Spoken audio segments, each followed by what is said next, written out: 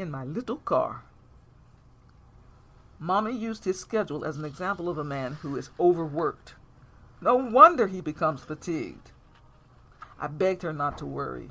He will relax here with us and sleep as long as he wants Monday in my bed.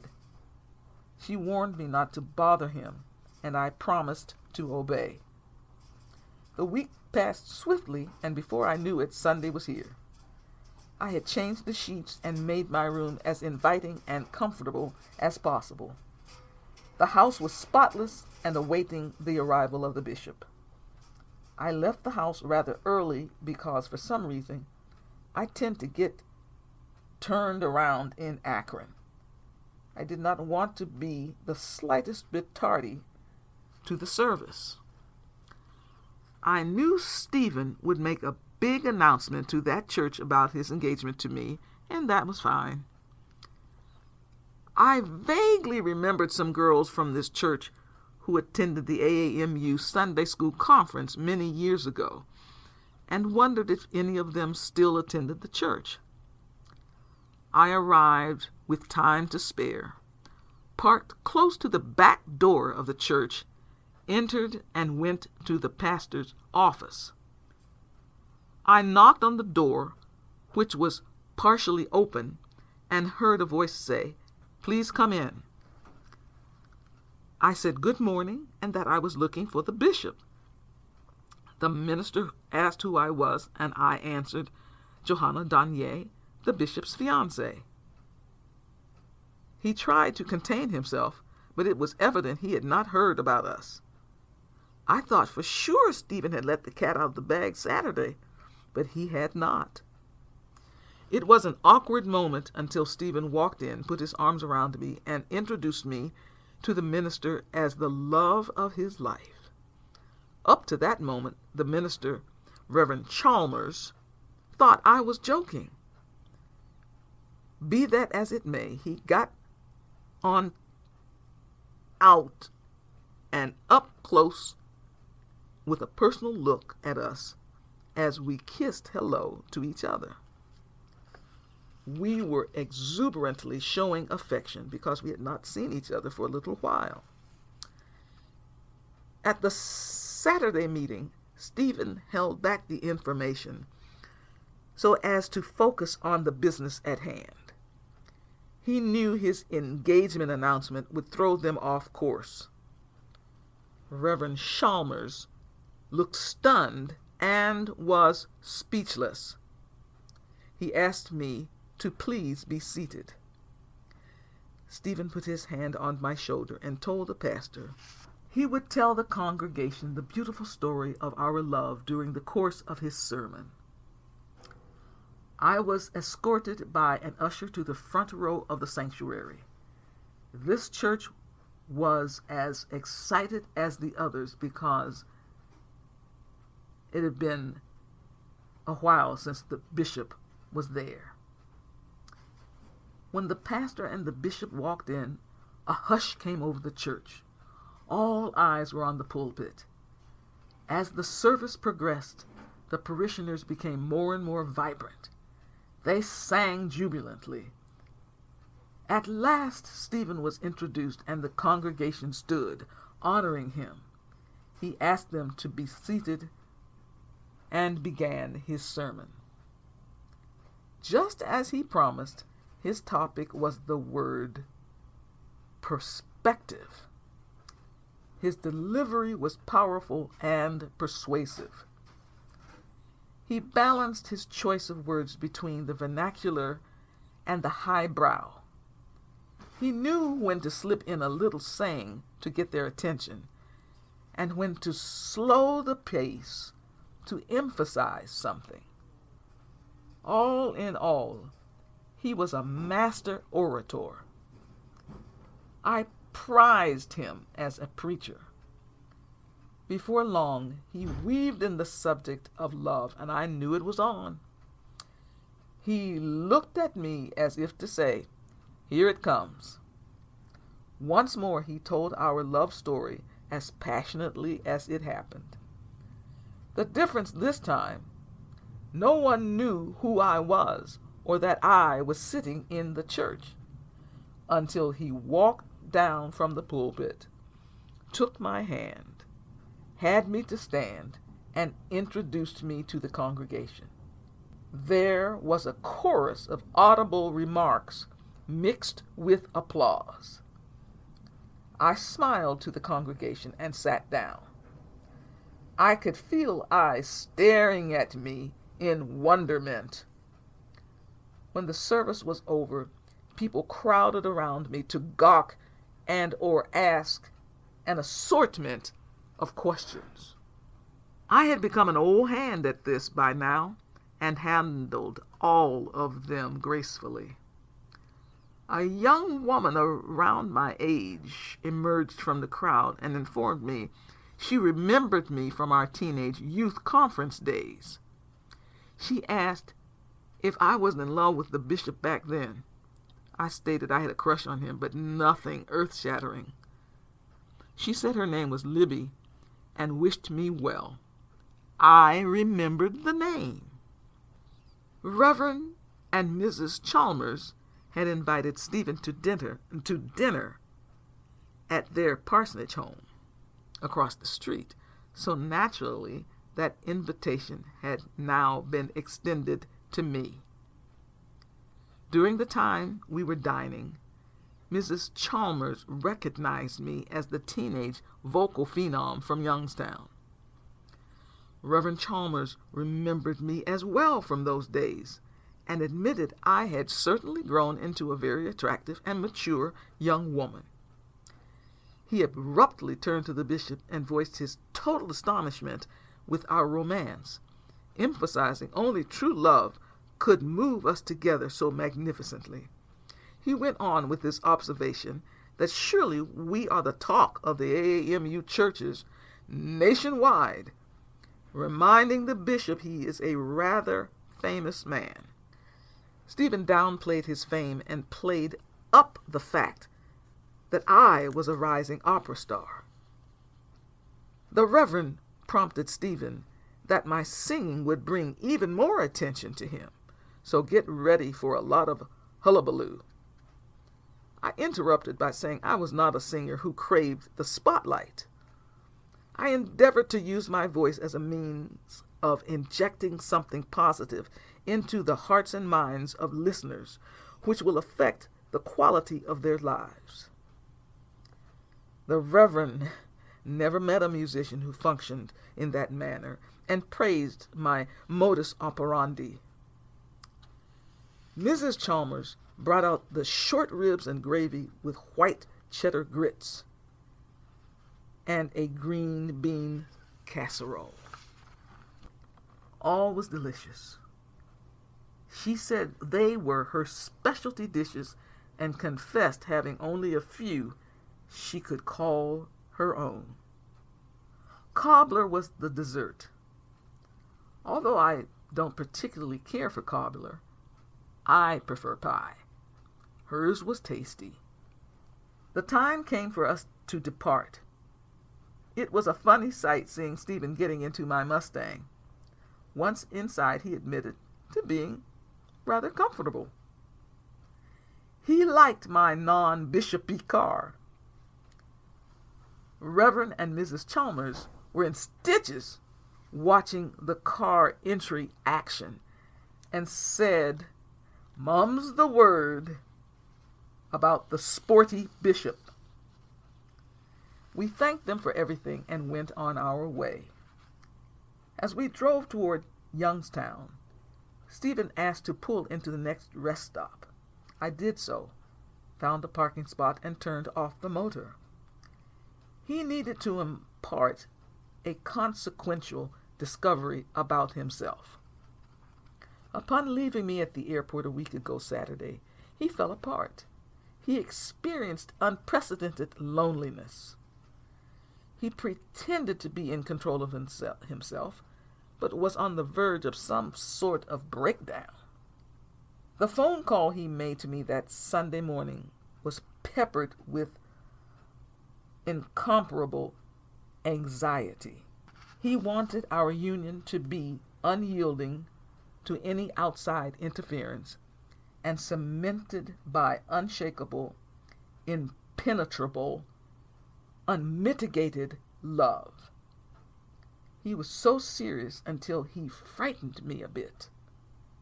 I took his hand, looked him in the eyes, and brought out the depth of my love for him. I made plain how lost I felt without him as he walked away at the airport. I moved around the facility aimlessly. Because we are new to each other, we are having growing pains.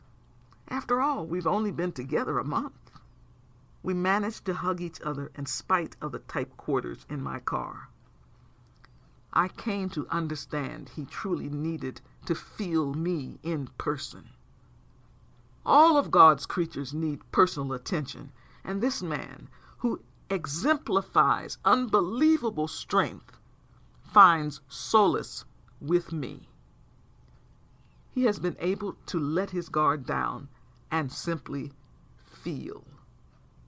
It is a new sensation, and it is knocking him for a loop.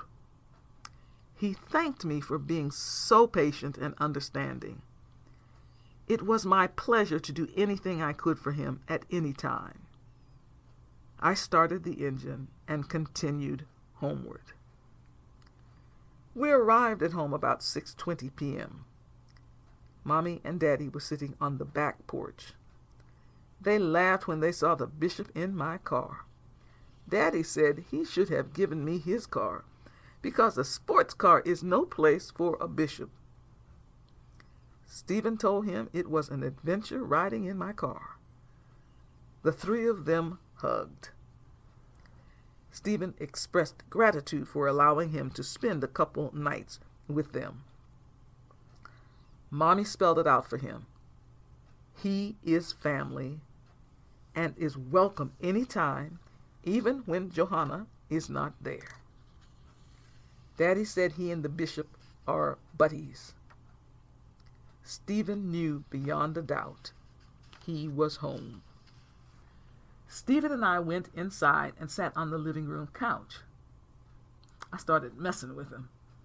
He got flustered and said mischievously, perhaps we should take my car somewhere and frolic like kids. That sounded like a great idea to me. So we decided to be daring and do it. We told my folks we were going to the Dairy Queen for ice cream and would bring a quart back for them. At the Dairy Queen, we bought cups of ice cream for us and a quart container for my parents. I found a quiet spot in the back of the parking lot. We fed each other ice cream and smooched. He forgot he was a bishop for a few moments and was truly my boyfriend. We had a blast being affectionate in plain sight. We were not in danger of being spotted because no one was near us, on either side or behind us. Although doing nothing wrong, we probably bent the proper bishop conduct a little bit. When we came home, our faces must have registered something, because my mother raised her eyebrows and facetiously asked what we had been up to. I responded in a flirtatious way, eating ice cream, of course. She knew better. Stephen also tried to reassure her we ate ice cream. She said, chuckling, mothers always know. Stephen said it is interesting for him to be called on the carpet. He felt like a teenager.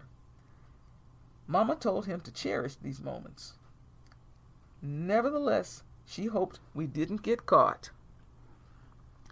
I cut in asking, get caught doing what? She answered, only you two know. Daddy snickered and intimated we might have been a smidgen naughty. Stephen's only way out was to announce his intention to go to bed.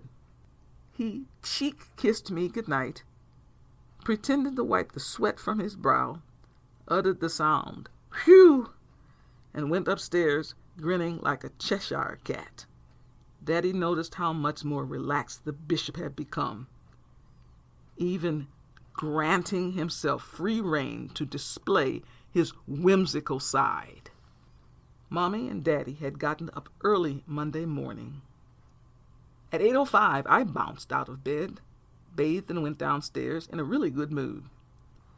Mommy cooked yummy fried apples and biscuits for breakfast. We ate and allowed the bishop to sleep a little longer.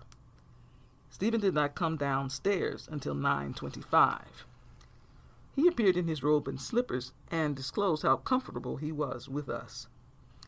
He emphasized how genuine and unpretentious we were, noting that so many people put on airs around him, which is totally unnecessary. He thanked Mommy and Daddy for allowing him to let his hair down. I told him he was adorable as a teenager. Mama served him breakfast, and as expected, he raved about her food. That day, Daddy started the 11 to 7 shift, so he could spend time with all of us, which pleased Stephen. He and Daddy liked telling ridiculous stories and laughing uproariously. Getting serious, he asked Daddy if he would consider being his personal assistant when he had church duties in Northeast Ohio and Western Pennsylvania. He explained sometimes people want to talk to him about thorny issues at the annual convocation, and it is awkward for him to turn them away. Daddy could intercept people by giving a set of guidelines for a personal meeting with the bishop during convocation week. Daddy could also help the bishop keep up with his briefcases, attaché cases, and robes. In addition, he could drive him around whenever he flies in for a meeting of some sort. Stephen reminded Daddy he would be compensated for his services. Daddy accepted his offer and was honored to have been asked. I was so happy they found a way to be together. Since my parents had plans to visit the sick in hospitals that afternoon, Stephen and I would have the house to ourselves for a little while. As soon as they left, Stephen seized me, made a beeline to the living room couch, and began a spicy, touchy-feeling spree. We had a good time giggling and canoodling.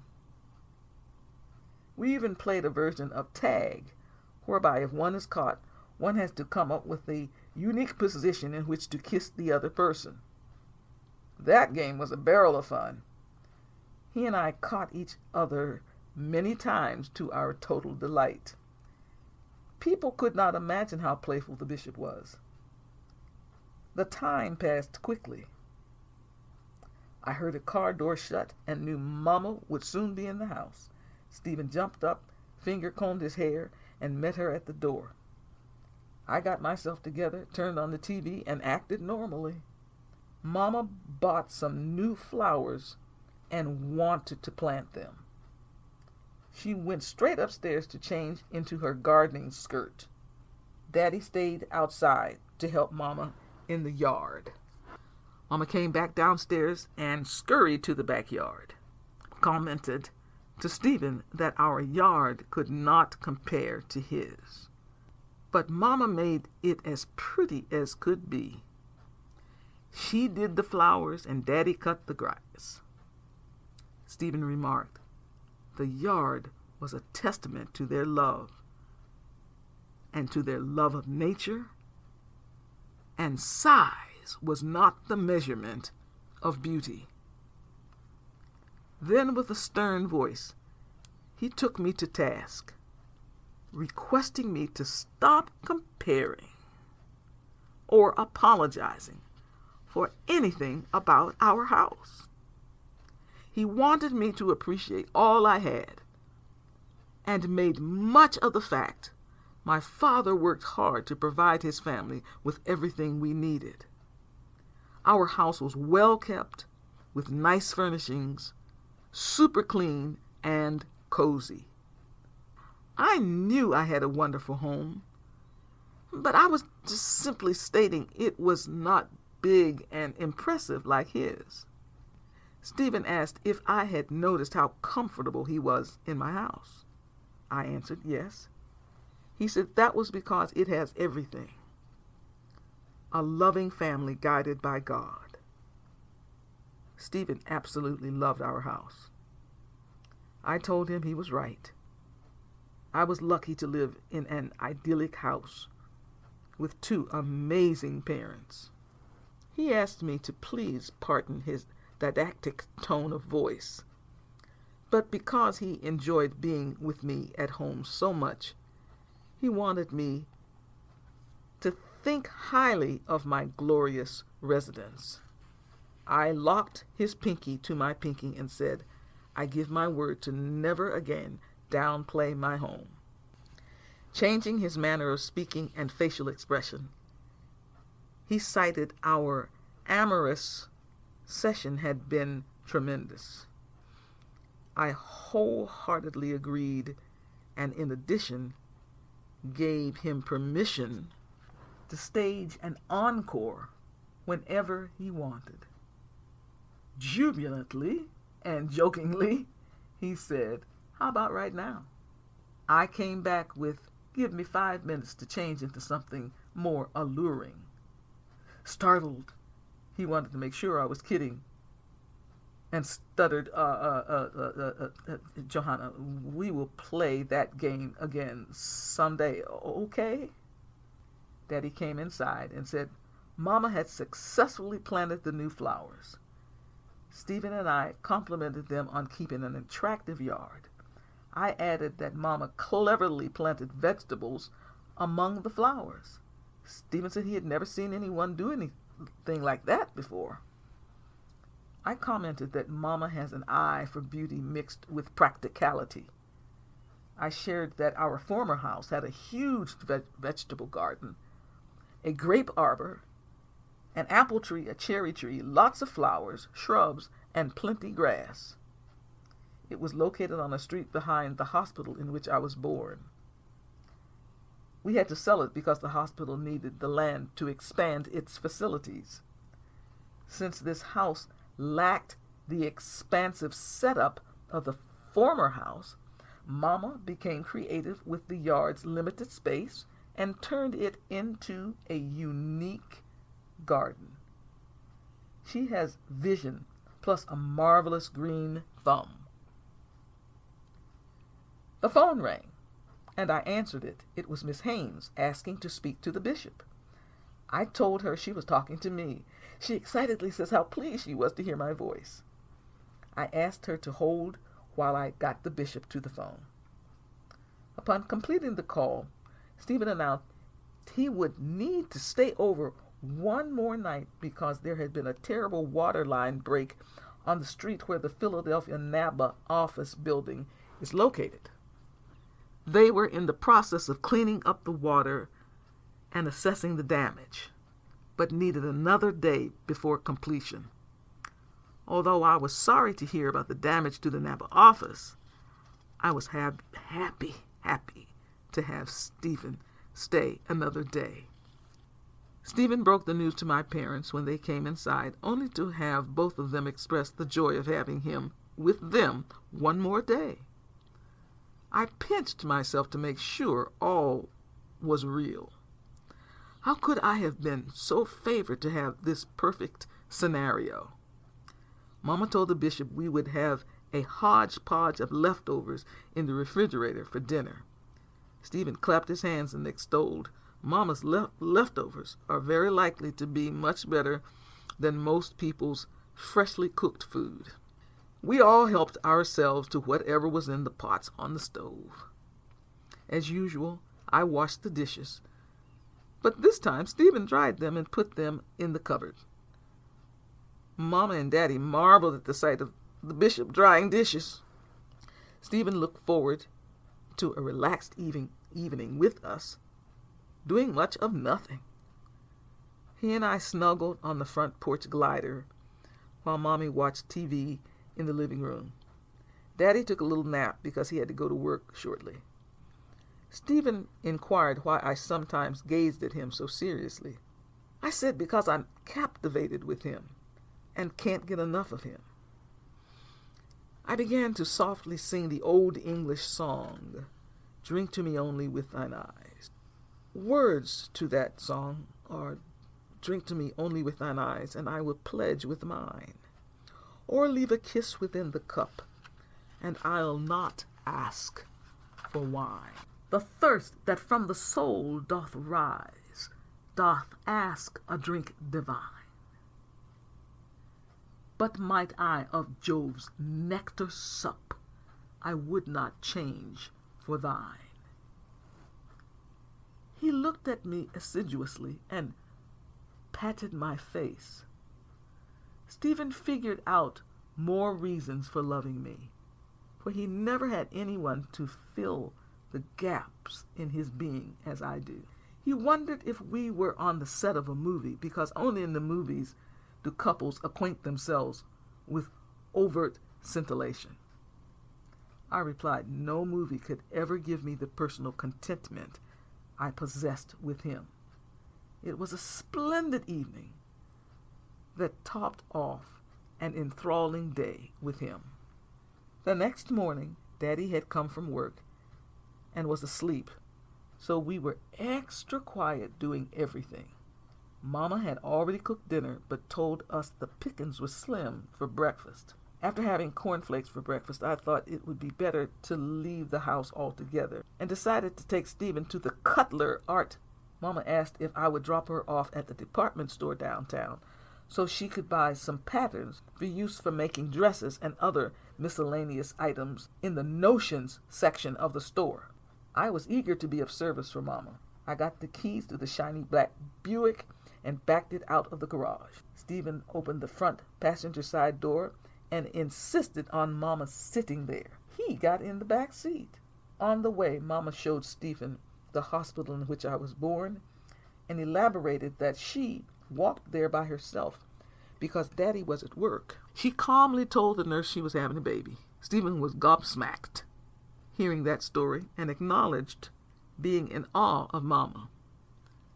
Now he totally understood why I was such a free-thinking, independent woman. I inherited that frame of mind from my mother. In a booming voice, he stated how much he admires enterprising, intelligent women and was blessed to be in the presence of two such ladies. He asserted with pride his daughters also exhibited that trait. Mama confirmed that he and his wife made sure their daughters could make it in the world on their own. She praised them for being excellent parents. Stephen thanked Mama for her compliment. I pulled in front of the back door of the department store, and as Mama was getting out of the car, she expressed how much she looked forward to meeting his children. He told her we would pick her up in an hour and a half. Stephen moved to the front seat. I drove the short distance up the hill and into the parking lot at the museum. Before we got out of the car, Stephen said he had an epiphany when Mama spoke of his daughters. He believed she could become a sort of surrogate grandmother for them. Although they were grown, they still needed a motherly figure in their lives. Since his mother and Violet's mother passed when the children were very young, they grew up without that important piece of the family. I was ecstatic about Stephen's revelation and absolutely certain Mama would fill in magnificently. I felt her presence might even draw them closer to Stephen and to each other. We entered the big doors of the classic art building and feasted on the superb paintings exhibited. Stephen did not know Youngstown had such a distinguished museum. He was thoroughly impressed. He was even more astonished to hear that I had sung and played numerous times there because both my voice and piano teachers had recitals in the front gallery. Going to the museum was like coming home. We sat on the benches in front of the various paintings and soaked up their beauty. Stephen put his arm around me and uttered how elated he was to have me. He knew of no other woman who desired to bask in the glory of great works of art the way I did. I replied by telling him I functioned as an aesthete and reminded him he was a fabulous work of God's art. At that moment, a high school mate, Roger, recognized me and called my name. He was the son of a prominent Youngstown rabbi. We hugged. He asked me how my parents were doing and to send them his greetings. I asked about his father and was told he was quite well. I introduced him to the bishop and announced we were engaged. He was quite impressed and wished us the very best. He added perhaps the bishop and his father might have an opportunity to publicly dialogue about the strained racial climate in the country. Youngstown was fortunate to have a rather healthy cross-cultural relationship and could serve as an example for other cities. The bishop suggested that Roger contact his father in order to move forward with this proposal. Roger was thunderstruck when he heard the bishop was also the chairman of the NABBA board. What a coincidence to run into a person from my high school who might be able to put two religious leaders together to aid our country. It turns out that Roger was at the museum on behalf of his graduate school museum studies as an intern focusing on exhibition planning.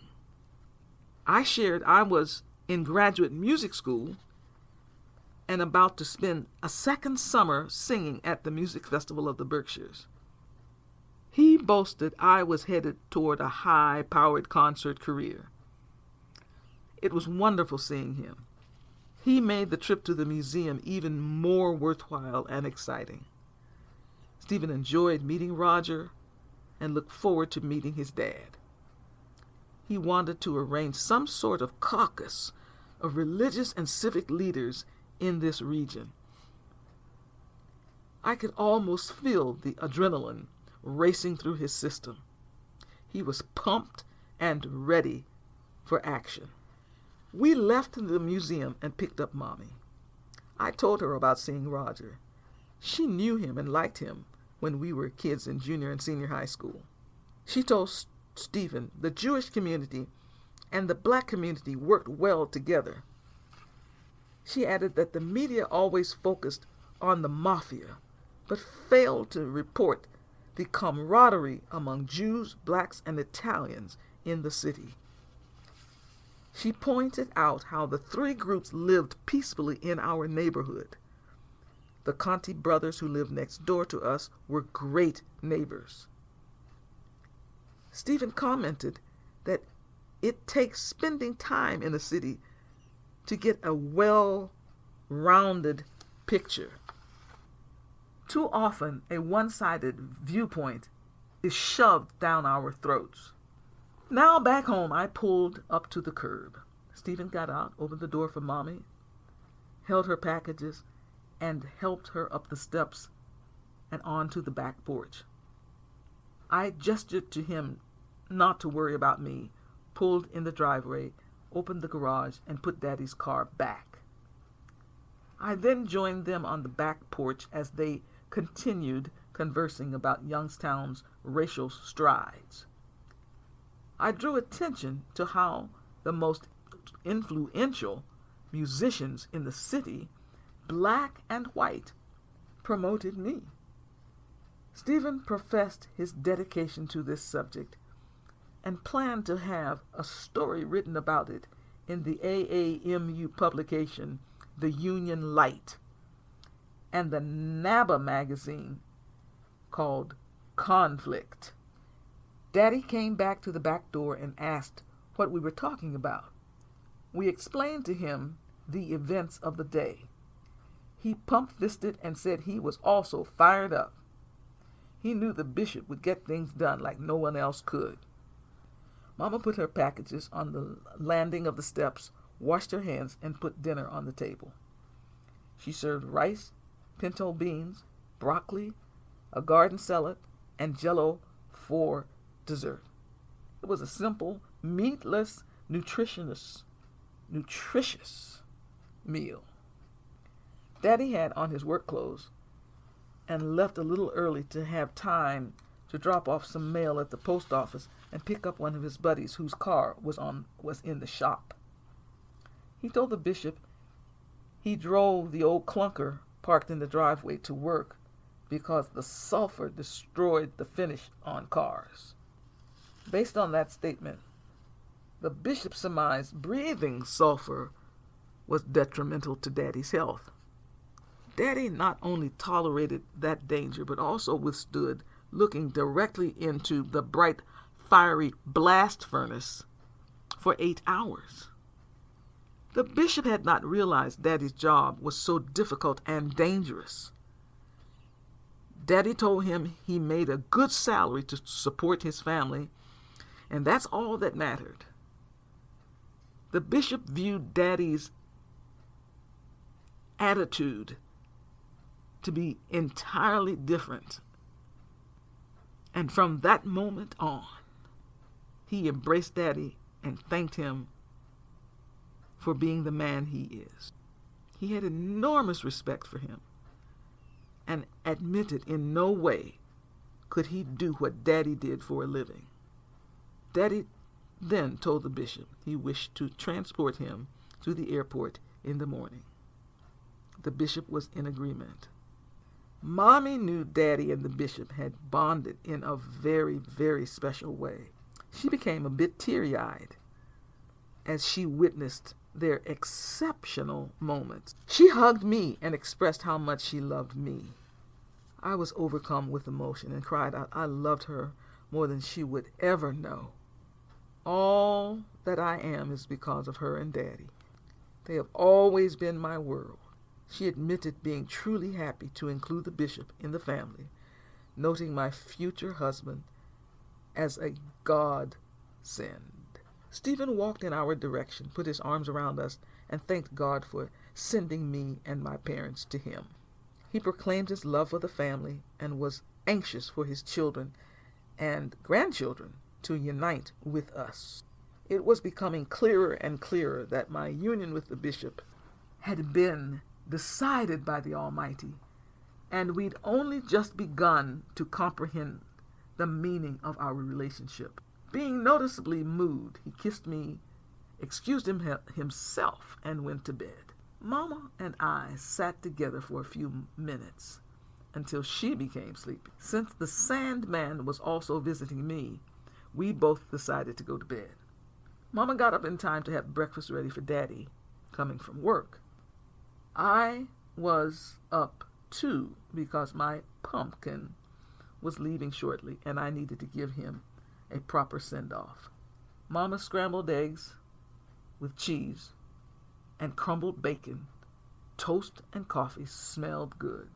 Daddy came home about 8:15. Since the bishop was scheduled to leave Youngstown at 11:25 a.m., he allotted plenty time to take him to the airport. Stephen came down at 8:30, threw his arms around me and Mommy and Daddy. We had a spirited time around the breakfast table. After breakfast, Daddy got the Buick out of the garage and pulled it up to the back door. Naturally, I hated to see Stephen go, but I had my sight set on June 30th, when I'd next see him. He and I went to the living room where he expressed overwhelming joy being with me. He wanted me to never doubt his love and emphasized in 10 days we'll be together again. We had grown substantially since our last separation by coming to grips with a lifestyle which would entail seeing each other at scheduled intervals. He learned more about my background here in Youngstown and became a solid part of the family structure. We kissed goodbye with a different kind of feeling, a feeling that we are sculpting our lives around each other, laced with potent and steadfast love. I didn't watch him leave. Mama told me I handled the situation very well. In a year, I would be Mrs. Stephen Gilbert Scottsdale. She reminded me to give thanks to God's grace and admitted the bishop and I were right for each other, and we made a good couple.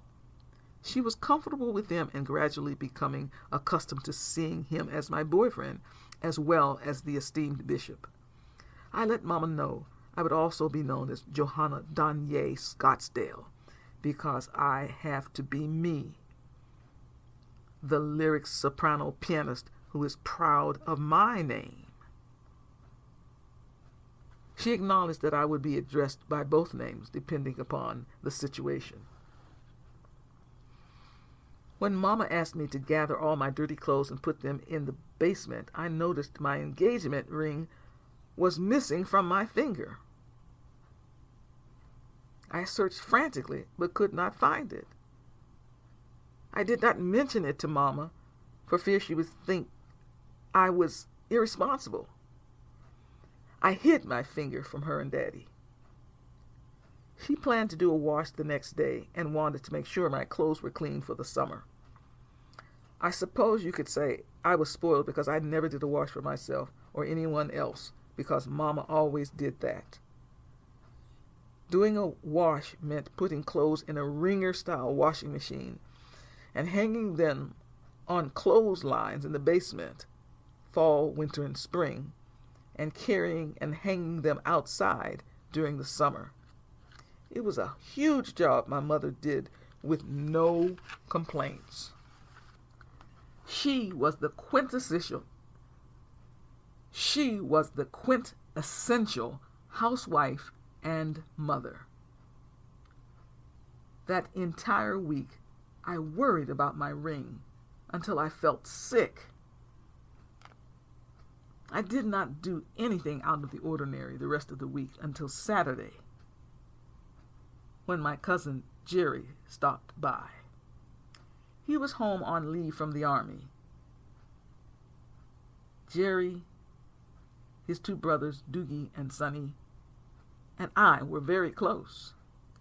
Jerry and I were born only 1 week apart and were in the hospital at the same time. In those days, women stayed in the hospital for as long as a week or even 10 days. I had not seen him for a few years because our lives had taken different paths. I was very happy to see him, and so was Mommy. He looked quite handsome in his uniform. He wanted to take me to Ikora Amusement Park, and I jumped at the chance to visit my favorite park because I had not been there since high school. That day was Schwedel's Day, which meant reduced prices for rides. I never grew out of the desire to ride, so this was ideal. Jerry and I walked the midway. People watched and reminisced about our childhood days at the park. Although there were lots of people there, we ran into only one person we sort of knew, a guard from the neighborhood swimming pool. Jerry talked to that guy a few minutes, and then we continued our trek around the park. I wanted to ride the tilt-a-twirl, so we got on and got whipped and jerked around and around for our sheer amusement. We could hardly walk when we exited the ride, which added to the luster of the ride. We stumbled over to the French fry stand and bought large containers of the best fries in the world. The containers were shaped like cones. The fries were packed inside the cones, and we sprinkled salt and white vinegar on them, not ketchup. Jerry and I ate ourselves into oblivion because they were so good. We wandered over to the picnic area, sat down on a bench, and caught up with our lives. Quite a few people saluted Jerry as we walked by. I told him he was a celebrity and that all soldiers should be treated as celebrities. We then meandered over to the Ferris wheel, got on, and got a kick out of seeing the entire layout of the park. It was the best ride to end our afternoon's activities. All while we were at the park, I did not mention my engagement. For some strange reason, I suddenly felt at loose ends concerning my relationship with the bishop. My peculiar feelings permeated every aspect of my being that day. I felt as though I was watching myself from afar. As we continued talking, I let it be known that although I might have had small crushes on some boys in high school, I wasn't really interested in them because I preferred much older men. I confessed my heart pitter-pattered for a bishop in my church while high school girls were trying to lasso high school boys. Jerry realized I was really different and finally understood why I had not gone to the high school prom. I told him I could not bear being around my peers. Kids were silly and offered nothing of substance. I preferred the company of adults 30 or more years older than I. Jerry noticed I was swooning over the bishop as I spoke of him. I related he does it for me, but I still said nothing about my relationship with him and was quite perplexed about this and the whereabouts of my ring. What in the world was happening to me? As we left the park, we threw kisses at it and thanked it for being such a substantial part of our childhood. Although I seemed a bit out of body the entire day, I certainly enjoyed spending time with Jerry. Sunday morning, my parents were bustling about, getting ready for church. I still did not want to face the people there, so I decided to go to the Katharina Kuhlmann faith healing service held at the classic Stangbach City Auditorium, as I had done several times when I was younger. When I arrived, people were streaming inside the building and jostling for seats. I liked to sit in the center of the first balcony so I could see everything and where the music surrounded me like a cushion. Although I had not attended one of these services for a few years, I felt comfortable in the atmosphere. The energy in the building ignited something inside me akin to giggling in my belly. When Miss Kuhlmann glided onto the stage, wearing her signature white dress, I applauded vigorously. I was transported to some higher plane, and I liked being there. I related to this woman on several levels. I liked how she talked and pranced on the stage. Her distinct, over-articulated speech patterns captivated me. The fact that she was a female religious leader also intrigued me. Her messages were simply stated. The outstanding message was to believe and have faith. The large choir was accompanied by pipe organ and grand piano.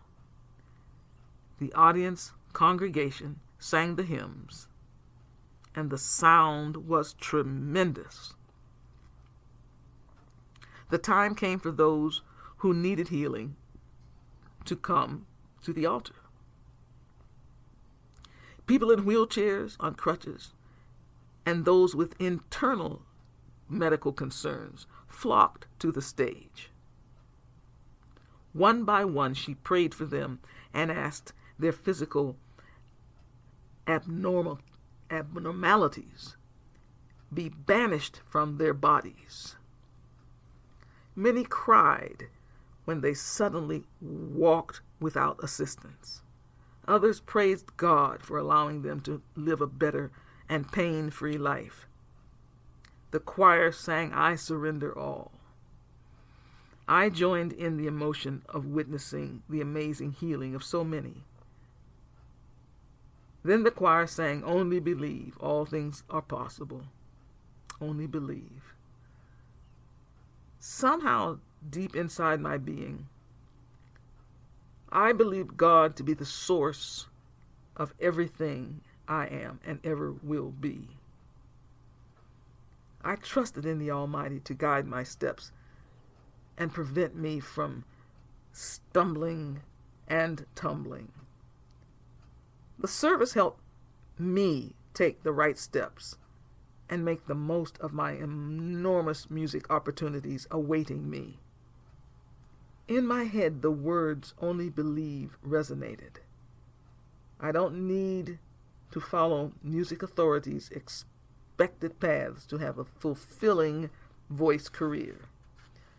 I'm determined to carve out my own one-of-a-kind career and move full steam ahead. I can do it my way as long as I trust God to plow the path to a brighter day. I definitely didn't want to get trapped in becoming a prima donna. That's when sopranos worship themselves and their voices so much until nothing else matters. That was important to me, as I say it over and over. Sopranos worship themselves. I'm unceasingly surrounded by these attitudes, and I don't like it one bit. For this reason, I blocked out those types and glided into my world of beautiful sounds. I routinely went to the piano and sang and played until the power of the Spirit fell down upon me. My voice is then freed and allowed to soar, unhampered by worldly temptations. What a service it was. Beams of goodness encircled me with powerful radiation. I said out loud, "Thank you, Lord." Folks smiled at me, and I smiled at them. I knew I had been touched by the hand of God. I wanted to skip down the street. I was supposed to come here that day and let the Spirit guide me. I repeated, "Happy, happy, happy. I am so happy," over and over. I joyously walked back to my car, got in, and drove into the park across the street and sat quietly for a while, reflecting on all that had happened to me since April. It felt like I was in the clouds, traveling on a magic carpet. I must have nodded off for a few minutes because suddenly I awakened and was startled being in my car. At that moment, something bizarre happened. The engagement ring had rather mysteriously returned to my finger. Whew! I was totally baffled by its reappearance. Had someone played a trick on me and was waiting to see my reaction? But how would it have gotten off and on my finger without any awareness on my part? I remembered seeing a television special showing how thieves could steal watches right off the wrists of unsuspecting people. So maybe I had been targeted by someone playing a prank. But how did they remove it, and why would they remove it from my finger? I became frightened and paranoid, wondering if I somehow or someone was lurking and watching me right then. Quickly, I started the car and drove out of the park. My eyes were aimed at the rear view and side mirrors. When I got home, Mommy and Daddy had already eaten dinner because Daddy had to go to work on the 3 to 11 shift. He said goodbye to me and went on his way. I got my food and sat with Mommy in the kitchen.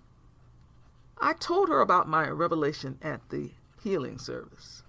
She was not surprised because she's felt something moving in my life beyond the norm, and she doesn't question God. She also noticed a difference at Christ Memorial Church. The congregation is still reeling from the love service and have demonstrated a lot more love.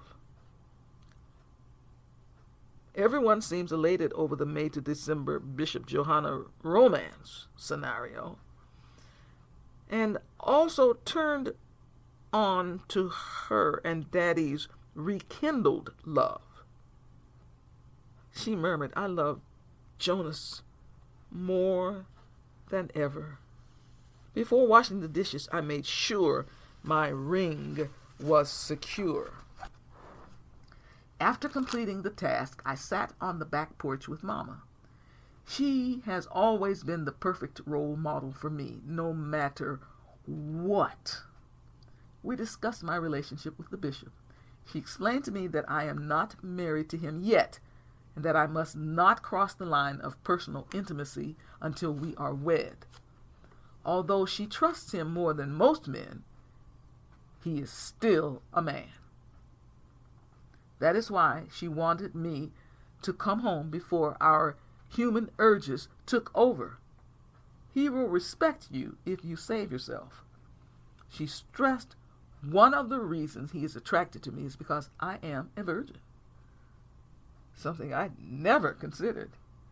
She reinforced the matter by underscoring the contradictions of some males desiring to marry virgins, but pressuring every female they meet to be with them to satisfy their needs. She went on, never had she known a male to die because his needs had not been met. They will tell you anything to get you in bed. Mama preached, tell them you have needs too. The need to be respected. I assured her the bishop was on her side and had not pressured me at all. He made a pact with her during their permission to marry me talk, and will honor it until the day we are married. She asked me to pardon her for getting so worked up, but that subject has bothered her on a large scale for a very long time, and she wanted to spare me the humiliation of giving myself to anyone before marriage, even the bishop. I tried to soothe her with humor by telling her I had purchased the latest model chastity belt and wore it whenever I was with the bishop. We changed the subject by focusing on things that were going on in the family. I asked how my brother Waylon and his family were doing in Cleveland. She replied they were well, and the kids were growing up. Waylon Jr. was 16, Bevy was 12, and Carlos was 11. His wife, Ruthie, had hip surgery and was recovering nicely. Her mother, Mrs. Frevard, was battling arthritis in her fingers, but managed as best she could. Waylon Sr. had become a full partner at the barbershop, which meant he was half owner. I was pleased to hear that because he now had better financial outlooks. The next few days were filled with preparations for the Berkshires. Mama had my clothes ready to pack by Wednesday. Daddy had the oil changed in my car, the tires rotated, the battery checked, and the windshield wipers adjusted. Thursday morning, June 29, something took place that rarely occurred in my entire life. I slept in. In the distance, I heard my mother's voice calling me. I tried to wake up, but remained zonked. Mama shook me because I was not moving. She thought I might have had a stroke or heart attack and was frantic. Whew! At long last, I awakened and saw Mama looking rather panic-stricken. Although my tongue did not want to cooperate, I eventually managed to ask why she looked so disgruntled. She quickly recounted how knocked out asleep I appeared, which she found peculiar, never seeing me in that state of being before.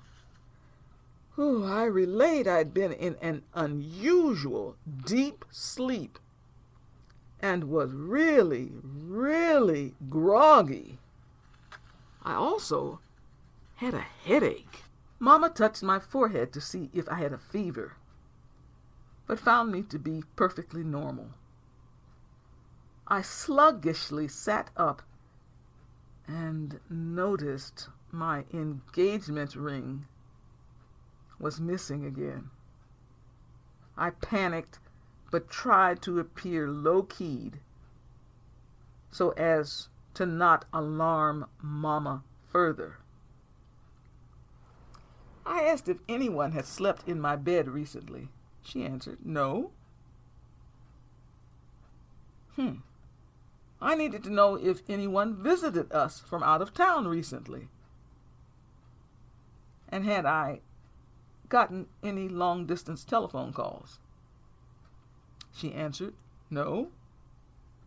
I wanted to confirm the length of time I had been home, since my exams at music school had been approximately 5 weeks. She answered yes, and inquired why I was asking such questions. Perhaps I had amnesia. Since I was acting so kooky, she deduced I had watched a weird science fiction TV show before I fell asleep and had become confused temporarily. Accordingly, Mama walked out of my bedroom, insisting I come downstairs for breakfast. After a short delay, I scampered downstairs, but still felt befuddled. Daddy came in and asked why I slept so late and reminded me I had an appointment with the eye doctor at 12:15. I became very quiet for a while, then asked them how Bishop Scottsdale was doing. They thought my inquiry was odd, but answered they believed he was fine. I asked when he was last in Youngstown.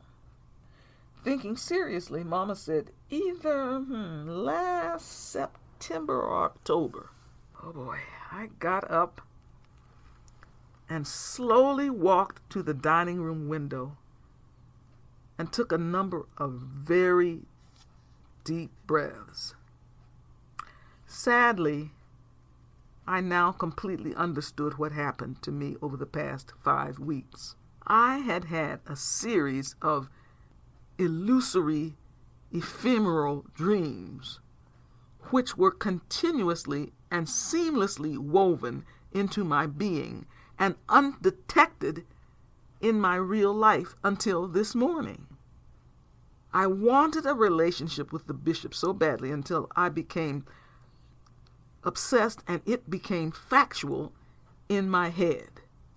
It was like I had occasionally visited a different galaxy. What a complete revelation and shock this was to my system. A few years earlier, I had experienced a similar situation when I lived in the dorms in Cleveland. A group of music students at the conservatory asked me to go downtown with them. I told them I would need to get some money, which was in my room. I ran over to the dorm, looked in the drawer, but found no money. I emptied out the drawer, looked in all the drawers, my pocketbooks, and anything else which I could think to search. I became certain someone had entered my room and stole my money. So I reported the incidents to the house mother. I ran back and told them I couldn't go with them because I had been robbed. I believe this had happened for about 3 weeks until, by and by, I somehow realized I dreamed I put cash in a sock in my drawer. Because the surroundings looked exactly the same, I was not able to differentiate between the dream and real life. I was completely embarrassed, decided to drop the whole thing, and never mentioned it again. Another outrageous thought came to mind. What if I had the ability to be in 2 places at the same time? Well, thank goodness my rational thought process X'd that one immediately. I knew I would have to be insane to believe that. When all was said and done, the best astute observation may simply come down to having implausible, realistic dreams. I believe everyone has had deja vu moments, but it seems my fantasies carry me inside a sub-terrestrial realm unknown to most people. Obviously, I didn't bother telling my parents about my dreams for fear they might think I was totally out of my mind. In spite of the unprecedented disposition of my encounter, I experienced romance the way I liked it, and true love with someone for whom I had profound feelings. I thoroughly embraced the adventures and privately wept because it was indeed over. At the eye clinic, I wanted to tell the optometrist my eyes had been blurred by the glare of love rays. My sight line had been seriously compromised. Since things I saw were not real, I wondered if my eyes had been damaged by the powerful images in my mind. Realistically, the doctor told me I needed new glasses, for I had an astigmatism. Luckily, I'd get them before my scheduled departure. Thinking sarcastically, perhaps with my new glasses, I would be able to see the entire scope of my inexplicable love exploration illusions. I was in a fog all day as I kept reliving aspects of the dream. I had regained consciousness, but lost the personal love I truly desired. Regardless, somehow I knew I'd keep the profundity of my association with the bishop the rest of my life. I carefully tucked my imaginative, fantastic dreams away and walked into the here and now. Chapter 3. By Friday, the summer packing was finished. There were plenty pretty summer dresses, skirts, blouses, and cute shoes in my luggage. Always being concerned about having enough underwear made it essential for me to stockpile underclothes. I also put a cross-section of vocal music in a folder, just in case I am called upon to sing something special somewhere. Mama did my hair and made sure I had rollers plus enough hair products to last 8 weeks. She knew I was excited to get to the music festival and was relieved to know I was ready. At breakfast Saturday morning, Mommy and Daddy raised the subject of my future. Although it looks bright, they warned against too much emphasis on that future. Let things happen the way God sees fit, and stay humble. Remember your favorite Bible verse, Micah 6:8. He has told you, O man, what is good, and what does the Lord require of you, but to do justly, and to love mercy, and to walk humbly with your God. I intended to refer to that verse because it was painted on the wall of the auditorium in my junior high school, and I never forgot it. It keeps me grounded and focused on what is really important, using my talent for the betterment of the world. I brought my luggage downstairs and with Daddy's help put it in my car, which he had filled with gas. He also had it washed and shined to perfection. I thanked him for all he did for me and expressed my love to him. He hugged me goodbye outside and dashed off to pay bills, which he paid in person. I went back inside to tell Mama goodbye. I thanked her for everything, conveyed my immense love, and held her for some moments. I promised to write and keep her apprised of everything. She wished me the best for the summer. I got in the car, waved goodbye, and was on my way.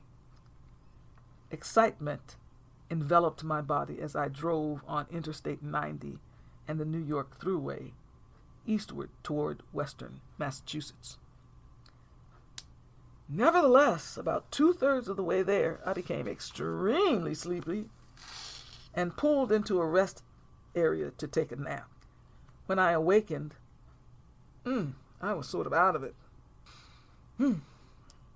Therefore, I got out of the car and walked around to get myself together. When I felt I had sufficiently recovered, I resumed driving. I was anxious to see what singers returned and to meet the new singers at the 8-week summer music festival. I couldn't wait to begin rehearsals. In compliance with my contract, I was to supervise the undergraduate female students from the University of Boston, which in turn gave me free room and board. I had to report early to get everything set for their arrival on Sunday. I was fired up. At long last, I pulled into the main gate festival parking lot. Within moments of leaving the car, I heard my name called. It was my mezzo-contralto friend, Janie Strusser, running toward me. She had just gotten there with some friends from Boston who were traveling to Syracuse and was in a fix. Because they were on a tight schedule, they had to depart immediately in order to meet their time deadline. They couldn't wait and transport her to the Larson Bennett School. Therefore, she asked if I would take her. Naturally, I said I would. They helped transfer her luggage to my car and were on their way.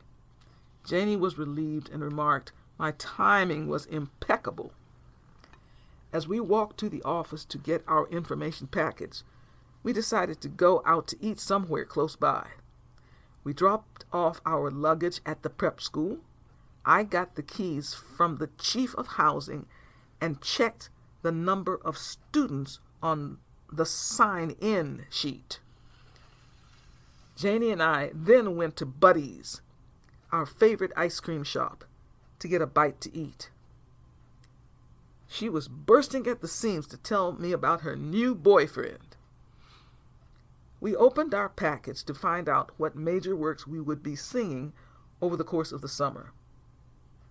The outline indicated the first big production would be a concert version of The Magic Flute with the famous singers Beverly Stills, Judith Haskin, and George Shirley singing the main roles. The last big concert would be Beethoven's Ninth Symphony.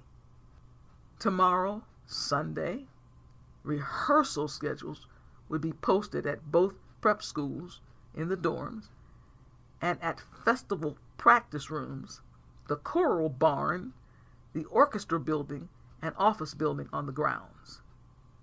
There would be no excuse for anyone not knowing what to do or where to go. I needed this atmosphere to snap me back to the reality of my high-powered music life. We finally ended our chatting and returned to the Larson Bennett School. I was worn out from the trip and desired a good night's sleep. The next morning I awakened early in order to be prepared for the onslaught of the college musicians. The first students arrived about 9:40 a.m. with their parents. They were all to be registered by noon. As I was introduced to them, they spontaneously called me Mama Joe, a name that stuck for the entire summer. It was amusing for me to hear that name since I was only a few years older than those students. I made sure each girl was in the correct room and had reviewed the rules and conduct code. Because I was the supervisor for the college girls, I had a private suite at the end of the hall. There was a small sitting room, bedroom, and bathroom.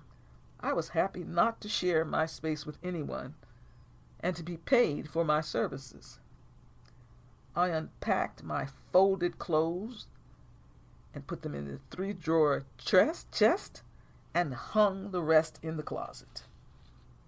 After completing that, I walked to the dorm next door where the female fellowship singers would be housed. Groups of them were also arriving and scurrying about. The atmosphere was filled with anticipation. Everyone was getting settled in their rooms. It was exciting meeting them.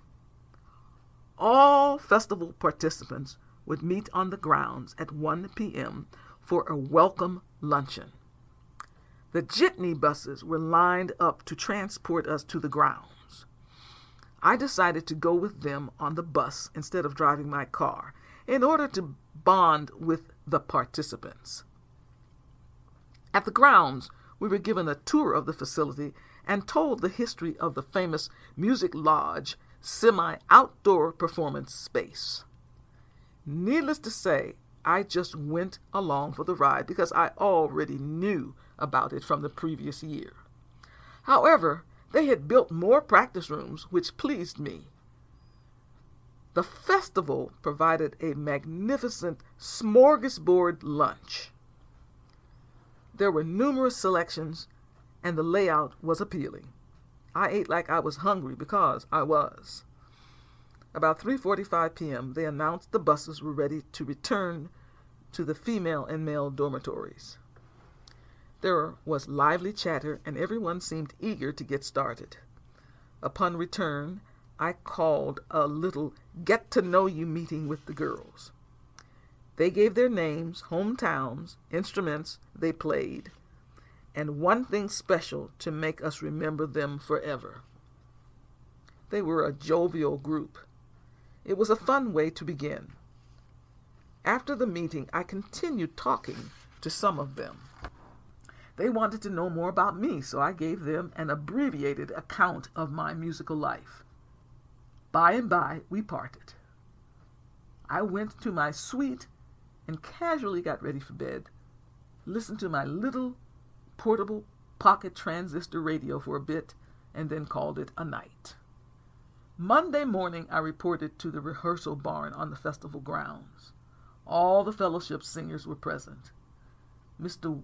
Willis introduced himself as choral director. We were to learn some little-known choral works by Mozart to sing with the Boston Philharmonic Symphony the weekend of the 4th week. Mr. Willis took us through some intense vocal warm-ups. Thus we began our vocal music journey. At lunch, some Boston singers told other fellowship singers about my triumphant portrayal of Cleopatra in the spring opera production. They declared I had already become a legend. I told them that could not be because I was too young. A new black singer introduced himself, saying his name was Kenneth. He stressed the fact he was a basso cantante and had more vocal flexibility and a wider range than most other bass baritones. He seemed quite cultured, but extremely stuck on himself. I listened to him talk non-stop about his career. I went about learning music and was happy to start the magic flute rehearsals. I also practiced some solo repertoire to consider for the marathon concert. Michael, my accompanist from Cleveland, was at the festival, so I had a ready-made pianist. We also always had much fun rehearsing and sharing musical tidbits. It was Sunday, July 16, the only day off we would have until the featured opera performance. The big-name opera stars had arrived to have private rehearsals with the orchestra. It was a relaxing day for most of us, so we just leisurely strolled around the grounds, awaiting the afternoon concert with von Claiborne, who won the International Tchaikovsky piano competition. As usual, the concert was well attended. I was hanging out with my singer friends, and we sat together. The pianist played beautifully and was well received. We applauded vigorously at the end of the concerto. Unwittingly, I surveyed the audience to perceive how white it was. I did not see a single black person. I wondered why classical music was so far from the consciousness of the majority of black people. I stuck out like a sore thumb. Conceited Kenneth was not there to be counted. As I was making my way out of the lodge, I spotted a black man in the distance. I was pleasantly shocked to see him. Somehow his presence soothed me. In my mind, I put 2 thumbs up and walked proudly to the parking lot. When I returned to the dorm, Kenneth drove up to tell me about his trip to New York City over the weekend. I got in his little VW Bug, only to be bombarded with the details. He had signed a contract to present a series of recitals. Once more I had to listen to him run his mouth. I barely got a word in, even to congratulate him.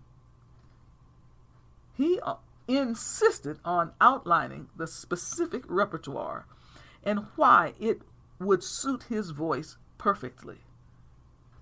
As usual, I sat silently until he concluded raving about himself. At long last he finished, and I was released from his punishing jibber-jabber. Monday at lunch, I saw the black man I thought was in the audience at yesterday's concert. He was a tall, strikingly handsome man. I immediately told myself to ignore this guy because he is probably there to see his girlfriend. I also branded him to be stuck up because of his good looks. I went on the offense to turn off to him before he turned off to me, the lone black woman present. I quickly moved away from his sight and walked to the other end of the lunch room. Janie was sitting there, so I joined her. As we chatted, a friendly guy came up to us and introduced himself. He said his name was Philip Myers and was a fellowship clarinetist. He and his pregnant wife were new to the festival and were looking to make friends. Janie and I welcomed him. He wanted to know if we would attend a small surprise birthday get-together the next evening. for his best friend who was visiting for the week. We looked at each other and said we would be happy to join the festivities. He elaborated by telling us there would be food, too. He seemed like a very nice fellow, and we were excited to meet his wife and the birthday guest of honor. He thanked us, gave us directions to his cottage, asked us to be there at 6 p.m., and bid us adieu. Right then, we saw the famous coloratura soprano, Beverly Stills, and her family members walk in. Everybody stared at them and commented on how much they all resembled each other. She smiled at everyone and sat down to eat lunch. There was much hullabaloo surrounding her appearance. That afternoon's choral rehearsal was intense. Mr. Willis made sure we sang every note and phrase accurately and securely. We were ready to rehearse with the orchestra. Tuesday, July 18. I was bestowed with energy and felt more vibrant than I had in many days. Even the air smelled fresher and cleaner. I went to the practice room, sang gloriously, and thanked God for being able to sing so well. And wouldn't you know it, Kenneth came in uninvited and interrupted my session. I told him I could not talk because I was seriously practicing. I reminded him I was one of the leading fellowship sopranos, and much was expected of me, whether he realized or cared about that fact or not. I then asked him to leave. Before long, it was late afternoon, and I was back at the prep school. Janie came to my room, ready to attend the surprise birthday bash. She was in seventh heaven because she had gotten a letter from her boyfriend, Peter. After changing into something a little more stylish, we went to the cottage. We were met at the door by Philip's wife, Ursula. She welcomed us and said Philip and Andrew, the birthday guy, would return in 15 minutes. As other guests arrived, we were directed to a little sitting room and asked to be quiet. It was fascinating because only 2 people really knew Philip and Ursula, and no one knew Andrew. Soon Philip and Andrew arrived. They entered the house, and we all came out of the sitting room and shouted, "Happy birthday!" I was surprised as Andrew looked around because he was the black guy I tried to avoid the previous day. He expressed his sincere appreciation for the gathering and appeared to be genuinely moved by the gesture. He added this was his very first real birthday celebration. His resonant speaking voice captivated me. Philip brought out birthday cake as we sang Happy Birthday and asked Andrew to blow out the candles. He did so successfully, and we cheered. Philip told us there was homemade ice cream available also. The guests introduced themselves, circulated, and engaged in light conversations.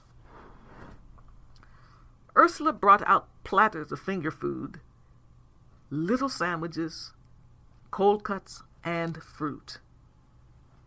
Janie remarked, "Andrew is extremely handsome," and I agreed, but I told her he is probably full of himself and has girlfriends everywhere. I chatted with Ursula and asked when the baby was expected.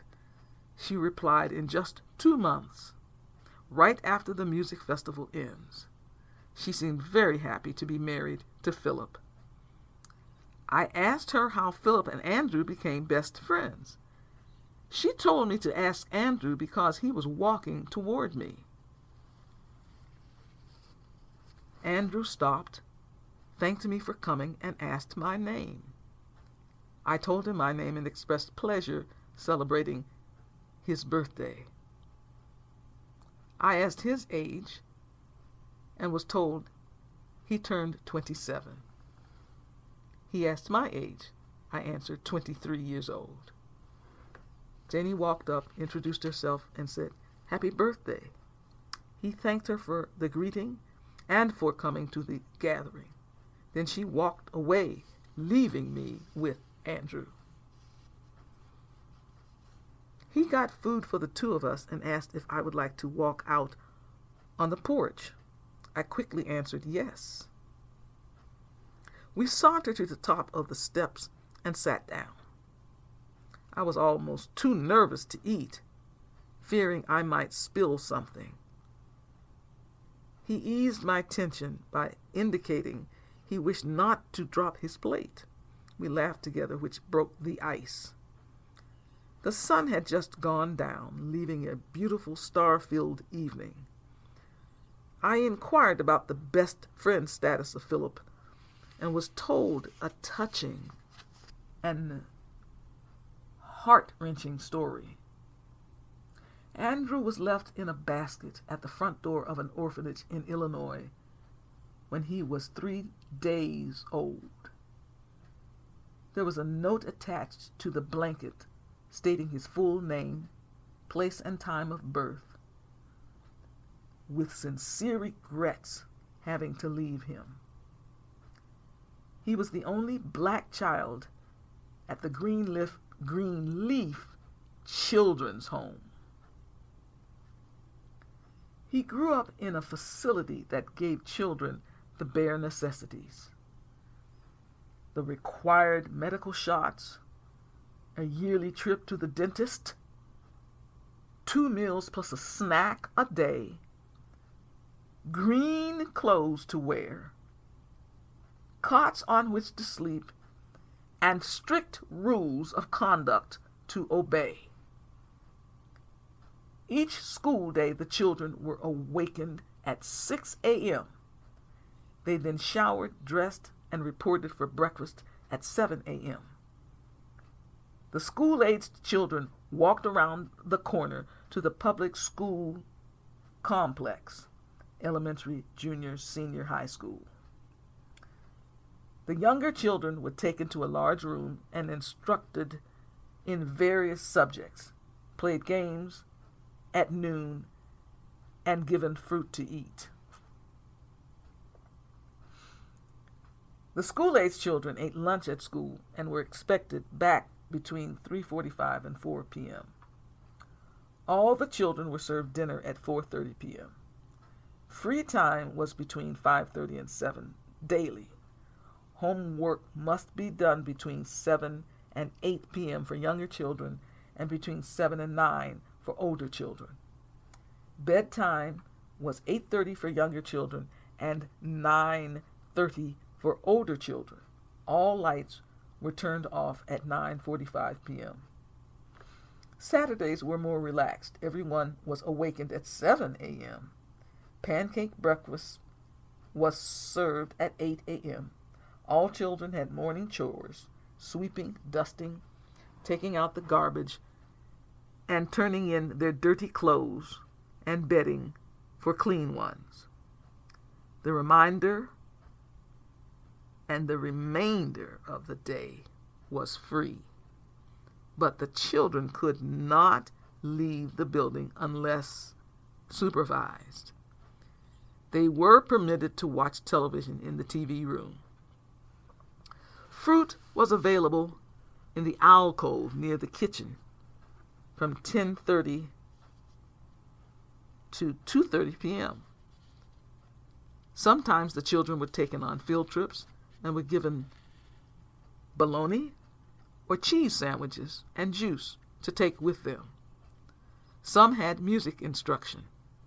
Philip took clarinet lessons, while others played sports.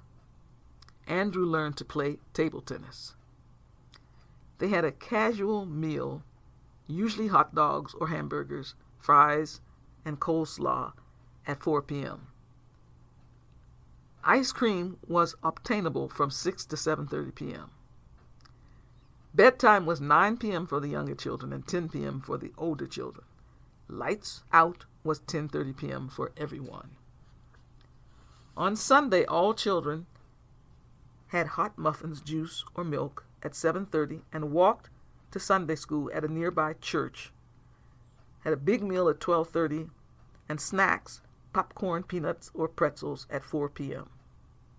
They celebrated only the 4th of July with a picnic, Thanksgiving, turkey, dinner, Christmas, candies and cookies at a tree decorating party, and Easter, the egg hunt. Although Halloween was frowned upon, they were nevertheless allowed to participate in the costume party sponsored by the public school. Valentine's Day was renamed Friendship Day, whereby chocolate candy was distributed to the children. No Jewish holidays were celebrated, and no birthdays were celebrated. One day, 5-year-old Andrew was standing out at the front desk when 3-year-old Philip was brought to the facility. He watched how frightened little Philip seemed to be with so many strangers around. Philip cried and asked for his mother. The orphanage director tried to gently explain to him he would be living with other children and not with his mother. Philip continued to ask for his mother and father, only to be told they were not available anymore. He dropped his head and refused to speak to anyone, no matter how hard they tried to coerce him. Earlier, Andrew had overheard the grown-ups discussing how Philip's parents had been killed in a terrible car crash with an uncle, their only relative in the United States. Philip escaped with only a few scratches because his mother shielded him. They were from Holland, knew no one here, and had only been in America 1 week. Andrew felt sorry for the little boy, took his hand, and walked with him. They were amazed at how responsive Philip was to Andrew. For some reason, Philip spoke to Andrew, but only Andrew. They became inseparable. Within the month, Philip gradually talked with other children, but not the adults. Eventually, after a great length of time, Philip began talking to everyone, but remained devoted to Andrew. As the years passed, Philip's memory of his parents faded. He thought of Andrew as his older brother. Many children were adopted while they were at the orphanage, but no one seemed interested in Andrew. One couple decided to ask Philip if he would like to become their son. Philip immediately said no, explaining he once had parents who disappeared. He didn't understand why God was so mean to him and Andrew, and refused to leave Andrew. The couple scoffed at the idea of having a boy in their home whose best friend was black. No other couple ever showed interest in Philip, and Andrew was routinely overlooked. Andrew was extremely bright, kind, and willing to do anything to help when needed. He never misbehaved, talked out of turn, or exhibited resentment toward anyone. Yet he was always talked down to and expected to do more work than the other children. He accepted the fact he was not wanted and did the best he could, regardless of the dark cloud hanging over him. In spite of all that, those children looked up to Andrew and respected him. He was an ideal role model. Although Andrew was salutatorian of the graduating class,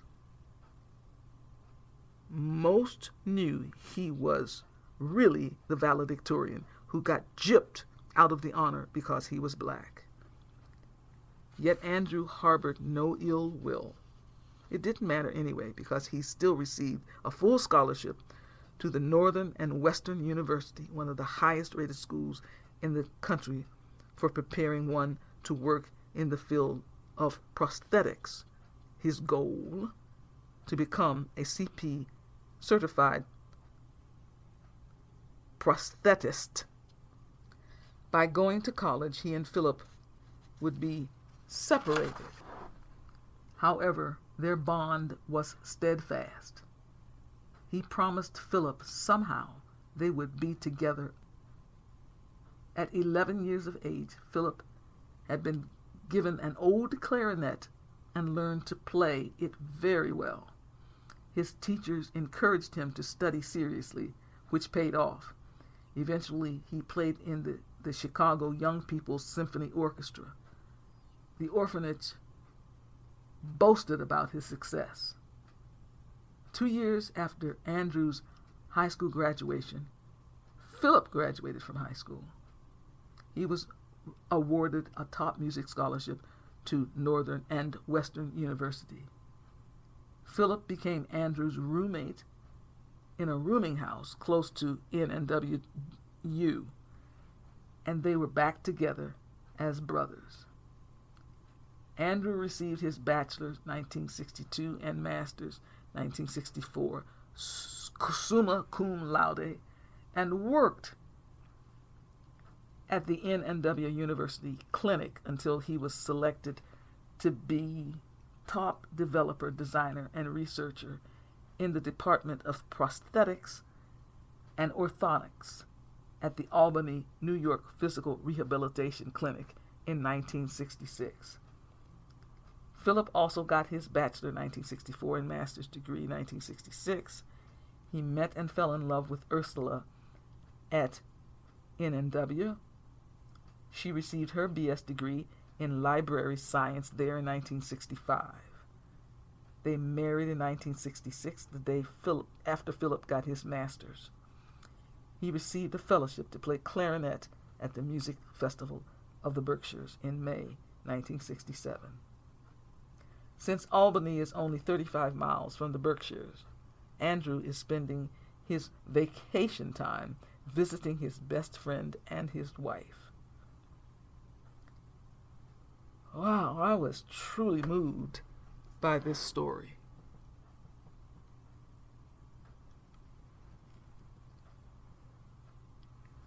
Andrew noticed I had tears in my eyes and felt awful for upsetting me. I assured him I was reacting to the depth of the story and the strong brotherhood he and Philip had. He then explained he was a quiet guy who feared interfering in anyone's life. Everyone he met had connections to other people. They talked about their families and school chums. Andrew always felt out of the loop and retreated into his inner self. I looked deeply into his eyes and saw the most amazing young man I'd ever met. I'd been so wrong about him until I was ashamed. I learned a strong lesson not to judge a book by its cover. I told him he touched my heart. He gently took my hand and told me he felt warmth from me and toward me. I did not know how to respond, so I just looked at him. Without delay, he asked if I would be available to have dinner with him the next day. I answered affirmatively. He seemed overjoyed. Then, realizing he had ignored the other guests, suggested we go back inside the house. We walked in together and joined the ongoing conversations. Janie certainly noticed Andrew and I were outside quite a while and asked if we had gotten better acquainted. I told her he was absolutely amazing. She wanted to know how he was so amazing. I promised to tell her later. Philip came up to me and asked if I knew Franz Schubert's Der Hirt auf dem Felsen, and of course I answered yes. He asked if I would sing it with him playing the clarinet part. I noted that it was not a piece one would just up and sing, as it was very demanding. Naturally, he knew that and did not mean to sing it right then, but work on it to sing later in the summer. On a recital. I was quite pleased and agreed to do just that. Since it was nearly 10 p.m., Janie recommended we go back to the dorm because we had an early morning rehearsal. Andrew came back and expressed his pleasure meeting and talking to me. I said ditto for me, and I look forward to seeing him at lunch. He smiled, kissed my hand, and bid me farewell. I was dazzled by Andrew and told Janie I hope to spend quality time with him this week. She intoned, "Go for it, because he is a hunk." That night, I went to bed thinking about Andrew and awakened thinking about him. My mind was also on him during the morning rehearsal. I was anxious to get to lunch. My eyes darted around the lunch tables, but I did not see him. I sat next to some cheerful people visiting that day. We engaged in a little idle chit-chat. Suddenly I heard my name coming from that familiar, melodious voice. Andrew was standing behind me. I immediately asked him to join me and meet the visitors. He explained that Philip's orchestral rehearsal had gone a bit over time.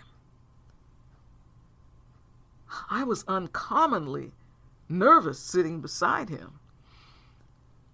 I told him he had come to the festival at a marvelous time and alerted him to the fact that tomorrow morning's rehearsal, opera rehearsal, was a full dress rehearsal with soloist, chorus, and orchestra. He asked if everyone would be in costume. I explained when an opera is performed mostly as a concert piece, the term dress rehearsal means the final big total run-through of the opera, and no one would be in costume. However, in opera houses throughout the world, dress rehearsals do mean rehearsing in costume.